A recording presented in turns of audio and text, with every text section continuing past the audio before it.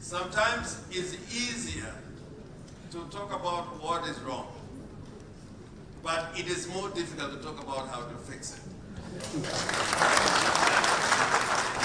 And I have followed Ndindi Nyoro in his political life, because most of the time when I listen to his story and what he has to say is about fixing Kenya, unlike many other politicians. And most of his speeches are not made for funerals, are speeches who are made for great events like today.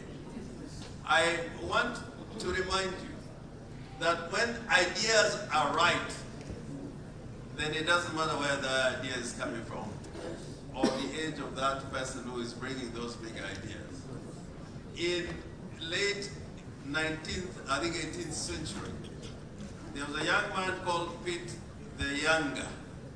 He became a British Prime Minister when he was 23 years old.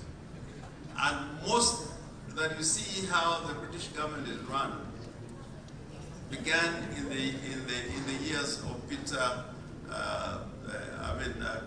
the Younger. And I believe that Honorable Ndindi Nyoro, if he is in the right position, right at the center of this nation's governance, will get a lot of things right. And I look forward to working with you, Leader Mwanainchi.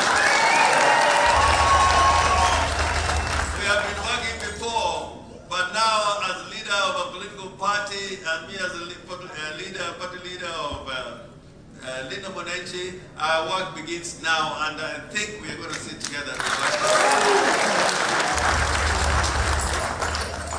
But he has talked about many of the crucial things that are facing our nation. I agree with you on the question of the power deficit. There's a nation to the northern part of Kenya, Ethiopia. Ethiopia is moving a lot faster in manufacturing and even expanding the economy because the power generation is much higher than Kenya. You imagine in Kenya, if you had an electric train and you took a train from Mombasa, the most likely thing is that by the time you get to Voi, there'll be a power cutout and you'll be out there in the wilderness. So I agree with you with a lot of the things that you say. But I believe that Kenya needs a proper foundation, and that foundation is already been laid in the Kenyan Constitution. If you have a leadership that is prepared to abide by the Kenyan Constitution, particularly Article 19, which says, at the center of Kenya's democratic system is a Bill of Rights. I think we can make Kenya a better place. And you would not have a Kenya, as put by the party leader of People's Party, that you would have a leader giving the kind of money that I see being given out at State House every other day. Even if you are Elon Musk, you cannot be given that kind of money without being asked where you have gotten that money. I think Kenyans, we are in a position now without fear to ask President Ruto where he's getting all this money. It is your money. It's not his money. It is our money. And that is why when we talk about state capture, sometimes we talk about cartels or companies owning a nation. But in Kenya, we have a situation where one man has captured the state and captured the country. Even Mobutu never did that.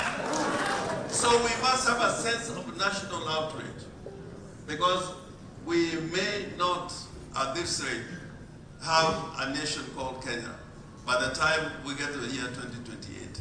And solving the problem does not begin with elections. Solving the problem begins with making Kasongo's life very difficult now, not next year. Amaniaje? Tuko pamoja? And when you say one term, it's a single solution is a silver bullet. Now, finally, because you know we